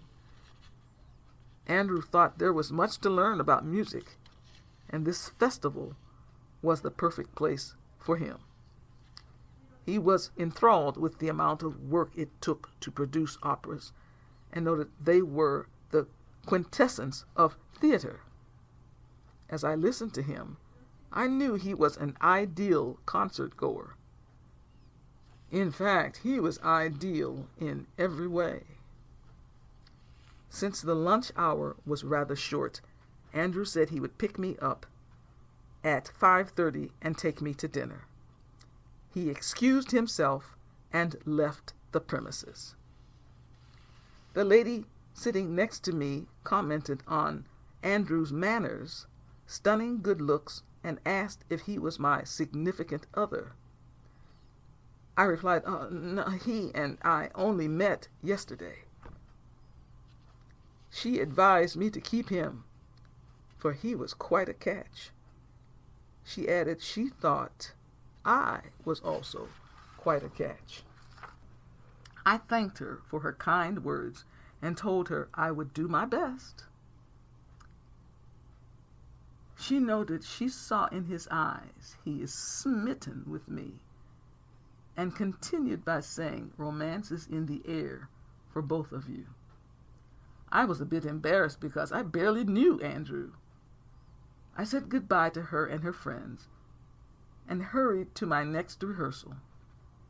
During that session, I tried to focus on the music, but my mind wandered occasionally to thoughts of Andrew. At last the rehearsal was over. I practically ran to the parking lot, got in my car, and drove directly to the prep school dorm. I fussed over which piece of clothing to wear for the evening. Finally, I decided on a colorful skirt and blouse, a pretty pair of shoes, and carried a small shoulder bag. At exactly 5:30, Andrew pulled up to the fence in the parking lot. I scampered down the hall, waved to some of the girls, while saying I had an important date that evening. One girl saw Andrew as she was coming in the building and said, My, he is quite a handsome man. The girls peered out the window to get a look at him. He owned a sporty, tannish brown 1965 Pontiac Le Mans two-door hardtop that fit him to the T. He was a tall man who needed a spacious car, and he looked good in it. He got out to greet me and opened my door. He wore a cream and black shirt, black jeans, and black huarache shoes. He had a big smile and seemed sprightly. I felt comfortable with him, unlike the uncomfortable dates I had with Kenneth and other guys. Andrew seemed genuine. What a relief that was for me. I could fine-tune my attention on him with ease. We arrived at the Royal Palace restaurant in Pittsfield, a charming place with wonderful ambiance. Andrew opened my door and escorted me inside. He had made reservations, so we were led to our table. Naturally, he pulled out my chair to seat me like a real gentleman. He sat down and excitedly twiddled his thumbs. He spoke of his unfamiliarity with dating, telling me this was his very first real date. I was shocked to hear that, but eager to ease his plight in any way possible. I asked why other young ladies had not had the pleasure of his company, and was told he liked going out in groups, but felt dating was a chore until now. He further inferred that most guys use dating as a means of, getting personal with young ladies. They use dates as a way to pressure young ladies later in the evening or on the next date. Most guys do not care about the female, but selfishly expect certain favors of them. Andrew was a rare male who was not on that track and steered clear of such assumptions by not dating at all. He emphasized he would not date until he found the right young lady. He lowered his head, took 2 deep breaths, then lifted his head, looked at me, and declared I was the very first woman who made him feel giddy, wobbly, and mushy at the same time. Although we met only yesterday, he was sure he found the right woman. The waiter came to our table, but Andrew asked him to return later. Andrew was serious about his decision and needed to know how I perceived him and his resolution. I had never experienced such a pronouncement and was swept off my feet by it. I confessed I didn't trust guys and thought they were wired so different until I would never find and upstanding fellow. At that moment, a blanket of warmth enveloped my body. With no holds barred, Andrew took my hand and asked if I would be his girlfriend. He was incredibly forthright, sincere, and honest. I was moved by him and found myself swimming in emotion. He said he knew I was the one when he first saw me from afar at the concert Sunday afternoon. He felt butterflies in his tummy when he had been told was the feeling you get, which is the truth. I tried to digest all Andrew had said to me. I knew I liked him a lot, but to enter this soon to be a committed alliance was perhaps more than I could handle. He was sure, but I was wading in a pool of uncertainty. I had reservations about giving my heart to anyone so quickly. The waiter returned and we finally ordered dinner. Andrew was a little heavy-hearted about my delay in answering. Nevertheless, he waited patiently and silently. After a few minutes, I spoke. I revealed I was overwhelmed by him. I leveled with him by telling him he was the finest young man I had ever met. But I feared I might not be able to live up to his expectations.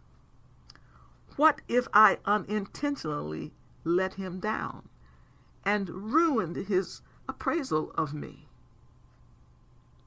Andrew quickly drew up another scenario.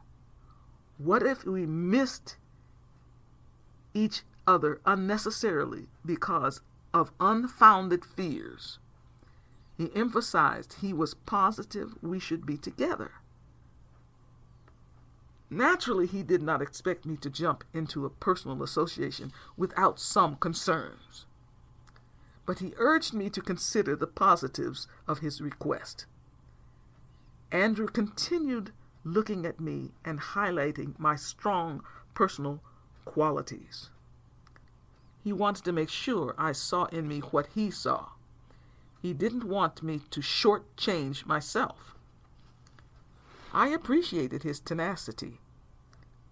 He reached across the table, again took my hand, and reiterated his desire to be my boyfriend. I assured him I had substantial feelings for him. After some time carefully weighing his point of view and my brutal self-analysis,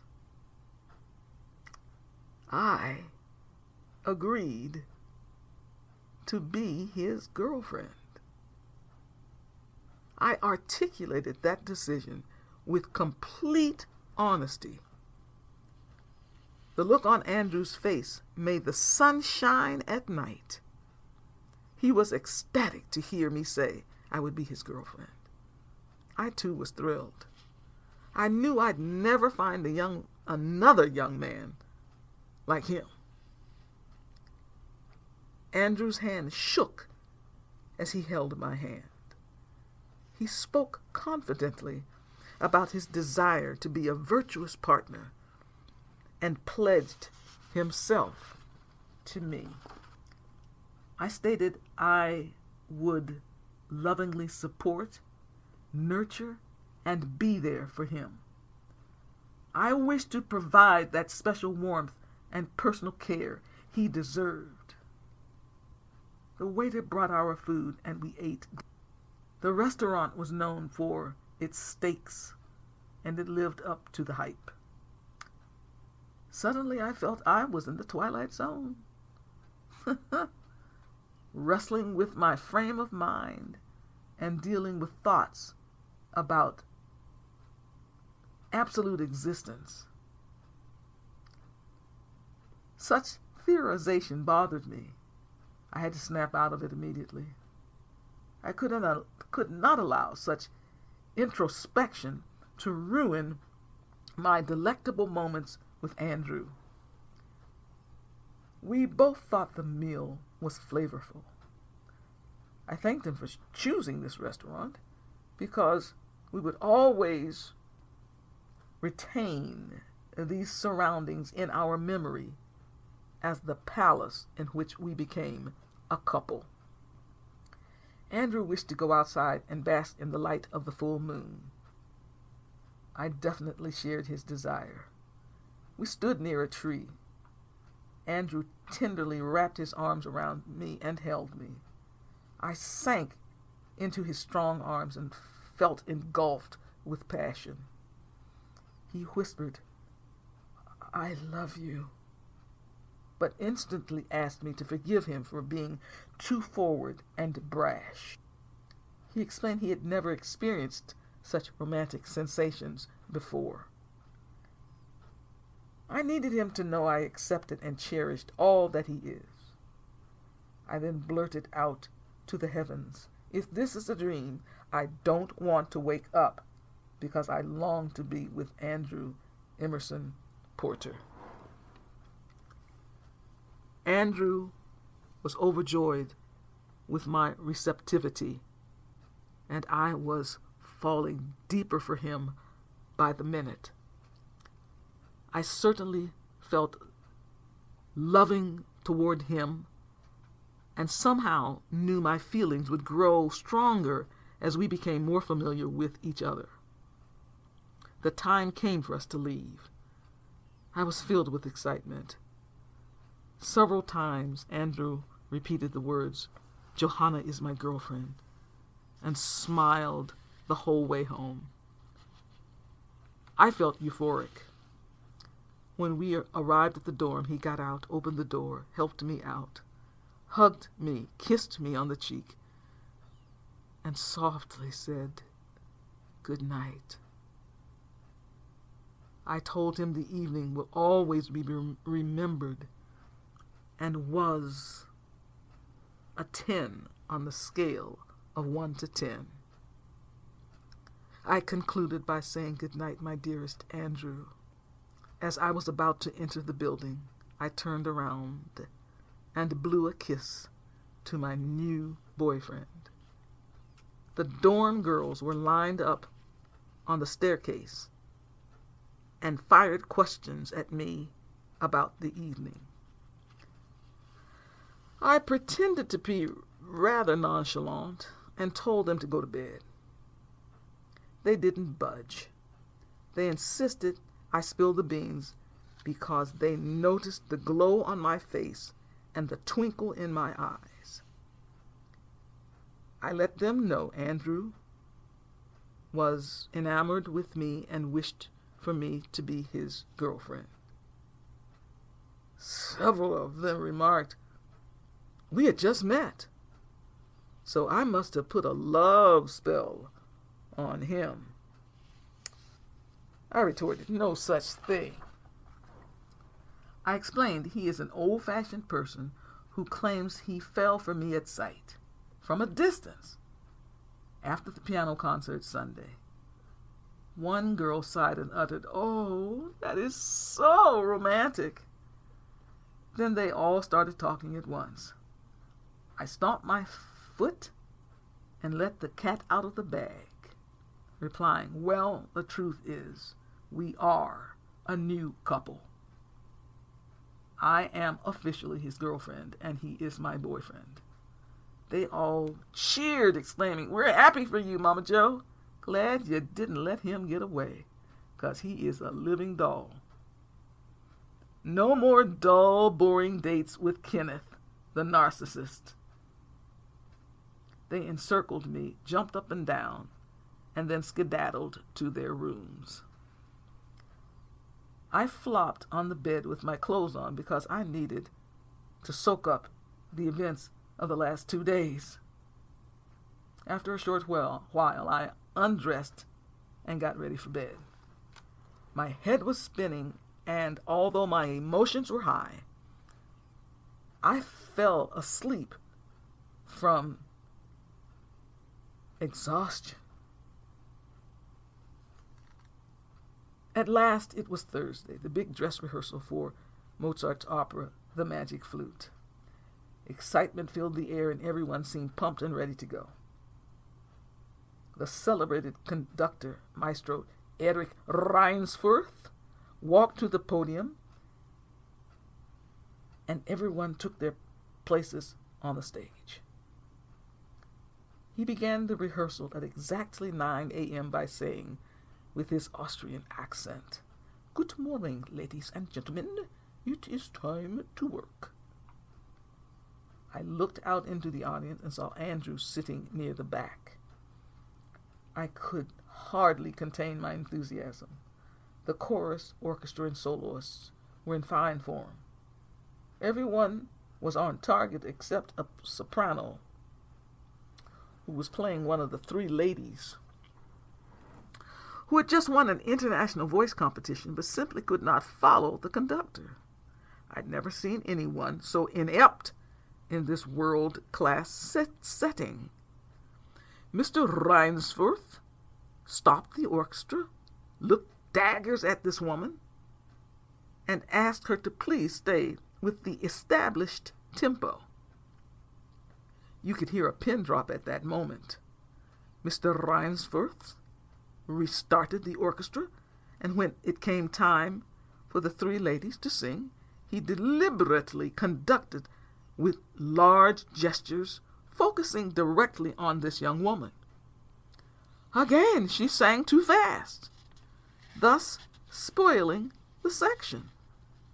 He stopped the orchestra once more, turned to her and told her to learn the part and asked one of the fellowship singers to instruct her privately. That incident was a perfect example of how a singer can have a good voice, win competitions, and still be a wretched musician. It was one of the most embarrassing professional moments I'd ever witnessed, because her part was really easy. Putting that aside, the highlight of the morning was the magnificent singing of the great coloratura soprano, Beverly Stills, who sang the role of the Queen of the Night. At about 9:40 a.m., she began singing her aria and popped off that high F above high C clear as a bell. Everyone went wild. Even Mr. Reinsforth flashed a big smile and bowed to her. It was a moment to remember. I enjoyed that rehearsal because the previous year, Mr. Reinsforth had chosen me to sing a solo part with the orchestra. I had a feeling if that young winner soprano had not been able to sing her part, he would have asked me to sing it. The rehearsal came to a close, and we went to lunch. Naturally, everyone speculated about that soprano, saying she might have learned the part by way of a recording and was such a poor musician until she did not understand how to follow the directions of a world-class conductor or even feel the correct tempo.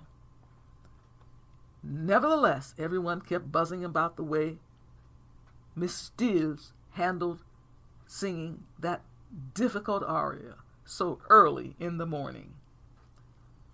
I looked around to find Andrew and became concerned when I didn't see him. I walked around hoping he would show up soon. Some friends of mine came up and asked me to join them for lunch. I sat with them, but worried about my honey. At last, I spotted Andrew walking briskly across the lawn. When he got to me, he apologized for being late and explained he tracked Philip to give him a message and also went to the restroom. I touched his face and assured him all was well. I was so glad to see him until one would think I had not seen him for months. My friends made room for him and asked who he was. I proudly announced he was my new beau, Andrew. There was a chorus of ooh la la, aha, hoorah in rhythm. Andrew spoke to the group and revealed he was swept off his feet at the very first sight of me. Then he sat down and looked lovingly at me. I blushed. My friend Catherine leaned over to me and whispered congratulations in my ear. Finally, the group calmed down so I could talk to Andrew. He was in high spirits and fired a lot of questions at me about the rehearsal. He needed some clarity about the story. What role did the chorus play? What was the orchestra on stage and not in the orchestra pit? What was wrong with that one singer? I did not have enough time to relay the entire story, but I gave a brief explanation. The Music Lodge, not built for operatic production, had no orchestral pit. Thus, the orchestra has to be on stage, forcing the cast to function on levels similar to risers behind the orchestra. I further explained that this glorified concert version of the opera, with only touches of staging, will give the illusion of a fully staged opera. Next, I simply gave a watered-down overview highlighting the themes of good, evil, and love. Night is ruled by the queen, who is driven by unethical power, and day is ruled by a man named Sarastro, who seemed evil at first, but proves otherwise later. It is a fairy tale which has a magical forest, a prince who is looking for the queen's daughter, Pamina, with his sidetrack, a bird catcher named Papageno. The queen gives them 2 magic instruments, a flute and bells. A lot of weird stuff goes on as they try to find her, including 3 boys who fly through the air to guide them. Andrew stopped me, admitting he was confused enough. I handed him the libretto to read. He wanted to know if all the singers knew what was happening, or are they just singing the music? That was a loaded question indeed. Truthfully, singers are mostly concerned with their voices and grabbing the attention of the audience with spectacular singing. The arias are well known, and opera goers expect to hear perfection.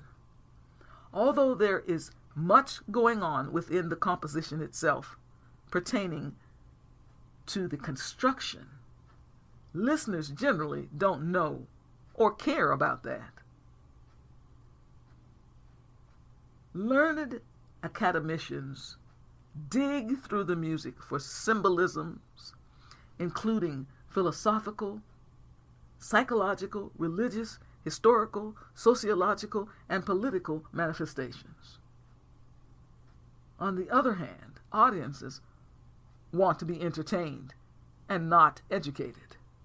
Therefore, good composers must secretly enlighten audiences by creating exciting music laced with allusions befitting a riveting story. People love the magic flute because the music is so enchanting. Andrew came to the conclusion that a true intellectual musician has to be one of the most well-informed people on earth. They must know a whole lot about a whole lot. I agreed. Our discussion had gotten so deep until I felt worn out. He wondered if I recognized I was a performing scholar. Honestly, I never thought of myself that way. I merely looked at music from many angles. Andrew smiled and said that was one more thing that fascinated him about me. I was equally fascinated with him because he asked such probing questions. He was light years above the average concert goer by wanting to know exactly about what he was enjoying. He turned around to search for Philip just as Janie came over to us. I had not seen her to tell her the latest. She spoke to Andrew and asked if he had attended the morning's opera rehearsal. He answered yes, and that the opera intrigued him. She wanted to get his evaluation of what he saw. He observed how particular the conductor was about certain aspects of the music and how attentively the orchestra and singers watched him. He now knows how important the conductor is. However, the story was difficult for him to figure out.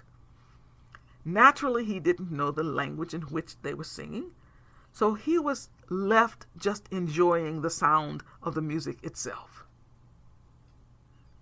Janie was quite taken with his observations. She said they should pay more attention to the audience reactions because musicians see things mainly from their perspective. She patted him on the back and said he was right on target.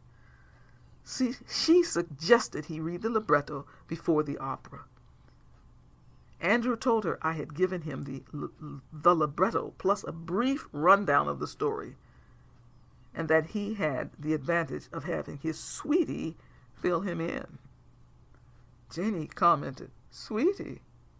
Oh, yeah?" He said, "Yes," and boldly proclaimed me to be his sweetie.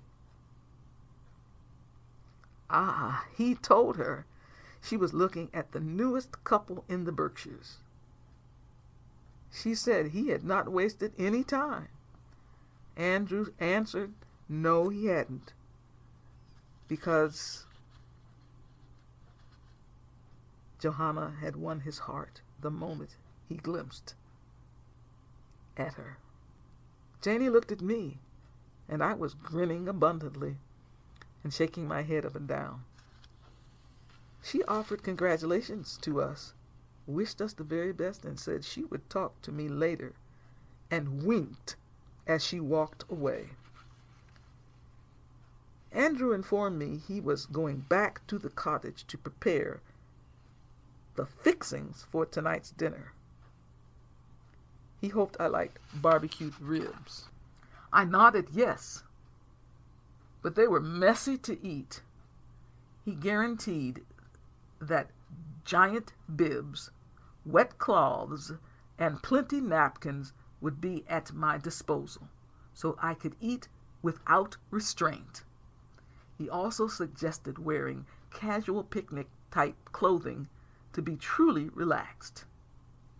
It sounded like fun, and he had thought of everything. He also indicated wanting to show off his grilling skill. I would be picked up at 5 p.m. I leisurely drove back to the dorm after the short choral rehearsal and changed into jeans, a tank top, which actually showed off my bust, and sneakers. Andrew drove up on time as expected. When he got out and opened the door, he was wearing Bermuda shorts, a polo shirt, and sneakers. I was quite stirred at the sight of his muscular, shapely, long legs and well-proportioned, toned, athletic body. The polo shirt really emphasized his broad shoulders. Right away he remarked how cute I looked in my jeans and tank top. I thanked him and complimented his splendid physique. We truly appreciated our natural attributes. At the cottage, the aroma of barbecue filled the air. Everything had been set up outside on the patio. Ursula hugged me and said the guys would be in charge of the evening. All we had to do was sit back and relax. While she and I were chatting, the fetus kicked. She took my hand so I could feel it. It seemed to want to be a part of the evening's festivities because the kicks were very strong. I rubbed her belly and softly sang a lullaby. The kicking stopped instantly. I believe I had communicated with this fetus. Philip came over to us and told me my beautiful singing voice had soothed the developing fetus. This was a first for me, and I was pleased it happened with Ursula. Andrew had been tending to the ribs and missed the incident. However, we relayed the spiritual occurrence to him. The four of us got silent and paid tribute to the precious little one, who had calmed down and possibly fallen asleep. Ursula turned her attention to Andrew and me, stating she had never seen him so happy. She had been concerned about his state of mind, wondering if he held too much sorrow inside. On the outside, he seemed perfectly fine, but she knew he ached inside. She said I had unlocked the chains which choked his affections. I avowed to resolve to lovingly attend to Andrew's tribulations because I cared deeply for him. In fact, my infatuation grew each moment we were together. Although this was only the third day around him, I found myself giving more and more warmth and attention to this incredible man. I confided in Ursula my profound feeling of love for Andrew, but feared it might be too soon to disclose that fact. She begged me to break the news because he appeared totally in love with me and needed to know I held love in my heart for him. Andrew walked over to tell us the ribs were ready. He told us to sit tight and be served. Philip brought Ursula a plate of ribs and a salad, and Andrew brought my plate. All ready on the table was stout beer and iced tea to drink. The ribs were scrumptious. I said loudly, "My compliments to the chef. These ribs would win first place in a rib cook-off." Andrew was tickled pink to have pleased me. We all chowed down without shame. The bib came in handy, for I had dripped plenty sauce on it. Talking ceased while we ate. Andrew had gotten sauce on the tip of his nose, so I took the opportunity to wipe off the sauce and kiss his nose. He liked my show of affection and kissed my nose too. Philip and Ursula remarked, they did not know rib sauce was such an aphrodisiac. I kidded, it is one of those little-known facts. I was having such a good time with my new friends and my boyfriend until it seemed we had known each other for many, many years. The fellows even took care of the cleanup. What a pair they were. As the four of us sat around chatting, I found out Andrew would be leaving for Peru on Tuesday for a 2-week intensive study of Peru's health system and how it intersects with the political structure of that country. The breadth and importance of the study struck a chord deep inside my soul. Andrew is highly involved with the well-being of people globally. His views of life from a different perspective than and much different from most people and most America. He views life from a different perspective than most Americans. He cares for the people on our planet, regardless of their political, social, racial, or religious black backgrounds and affiliations. That also means he has to be in touch with and aware of the many pockets of human struggle around the world. He really is a functioning saint without any of the trappings designating him to be so. I also realized I would not see him during this time period. That fact pushed me in to immediately affirm my love for him. I looked into his eyes, took his hand, and declared the depth of love I have for him. We got up, and I held him. Ursula was teary-eyed. Andrew was now a different man. He knew beyond any doubt he was loved by the woman whom he loved so desperately. Philip came over and hugged me as I held Andrew. He thanked me profusely for understanding the significance of this moment. His brotherly love for Andrew had always been peppered with melancholy concerning the non-existence of personal love in Andrew's life. For the very first time, Andrew was really, really happy. Warmth continued covering my body.